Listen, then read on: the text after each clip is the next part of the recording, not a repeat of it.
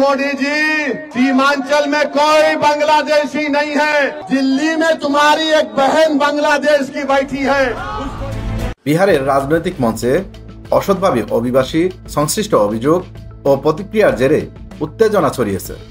কেন্দ্রীয় প্রধানমন্ত্রী নরেন্দ্র মোদী এক নির্বাচনী সমাবেশে রাজ্যে অবৈধ অনুপ্রবেশকারীদের বিষয়ে তীব্র ভাষায় কথা বলায় বিতর্ক উঠেছে। মোদীর মন্তব্য লক্ষ্যভিত্তিক শব্দ ব্যবহার হওয়ায় বিরোধী রাজনৈতিক দলগুলো এবং নাগরিক সমাজে কড়া প্রতিক্রিয়া দেখা দিয়েছে।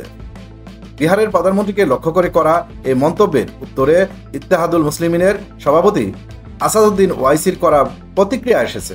দিল্লিতে এক সমাবেশে তিনি বলেন, বিহারে কোনো বাংলাদেশি নেই, কিন্তু আপনার মোদিজির একটি বোন দিল্লিতে বসে আছে, তাকে বাংলাদেশে পাঠান। এনটিটিভির রিপোর্ট অনুযায়ী ওয়াইসির এই মন্তব্যকে শেখ হাসিনা ও বাংলাদেশের প্রতি সূক্ষ্ম কটাক্ষ হিসেবে ব্যাখ্যা করা হয়েছে। বিষয়টি দ্রুত রাজনৈতিক আকার ধারণ করে বিজেপি ও বিরোধী দলগুলোর মধ্যে তীব্র আড্ডা, প্রচারণা ও পাল্টাপাল্টি অভিযোগ প্রত্যয়নের সংঘাতে রূপ নিয়েছে। রাজনৈতিক পর্যবেক্ষকরা বলছেন, সীমান্ত সংক্রান্ত ইস্যু ও অভিবাসন বিষয়ক ভাষ্য সাধারণত স্থানীয় রাজনৈতিক আবেগকে আরও উস্কে দিতে পারে, যা উন্নত সতর্কতার দাবি রাখে।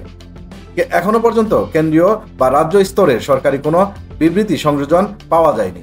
রাজনৈতিক দলগুলো নিজেদের অবস্থান প্রতিষ্ঠায় সরব থাকায় পরিস্থিতি ভবিষ্যতে আরও উত্তপ্ত হওয়ার সম্ভাবনা রয়েছে।